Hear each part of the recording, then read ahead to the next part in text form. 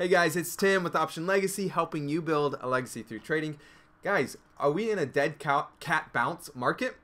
We possibly could be. But first off, what is a dead cat bounce? Sounds crazy. Well, I'm going to break it down. So let's go hop into the charts and we'll get this party started.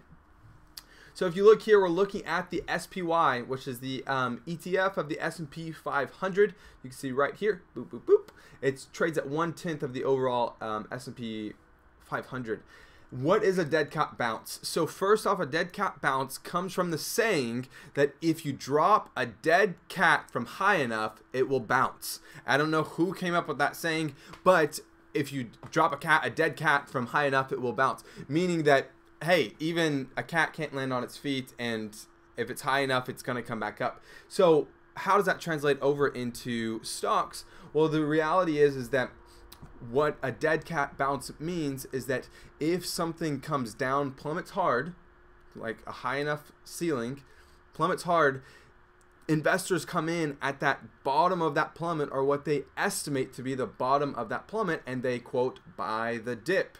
Whenever they buy the dip, they push the market up a little bit, and then what happens? The market continues to die and to go downward. So you see that inside this market. So back here on October 10th, we were in this channel between these two black lines, and then we had this big drop down, bam. And then what happened? It gapped up. So we closed all the way down here at like 271, and then it gaps up all the way up to 275, and then it continues to push higher. But look, this high is lower than the previous trend. And then what happens? It rolls back down. It rolls back down. And you can even see from the 26th over the weekend to current day, the 29th, that it closed at 264, and then it comes all the way up here. It gaps up at 268, and then it closed somewhere down at 263.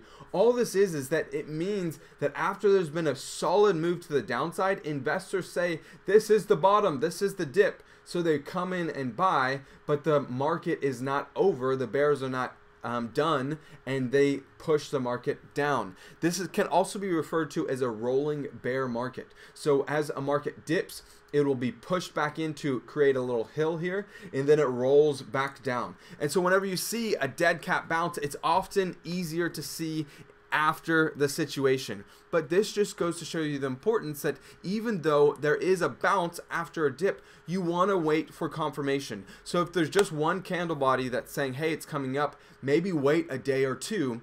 What would those day or 2 days waiting save you versus getting into a directional trade that moves to the upside only for the markets to come back down? So confirmation is key here. It's not as easy to see dead cat bounces when you're in the situation, but know that whenever there is big moves to the upside or to the downside, oftentimes you need to wait for confirmation. There's move will retrace. So if it drops down, you can expect it to retrace up, but you want a confirmation that it's actually clearing that. So wait for confirmation, save your capital, don't lose out on capital. You can have capital loss or you can have opportunity loss. Which one is better?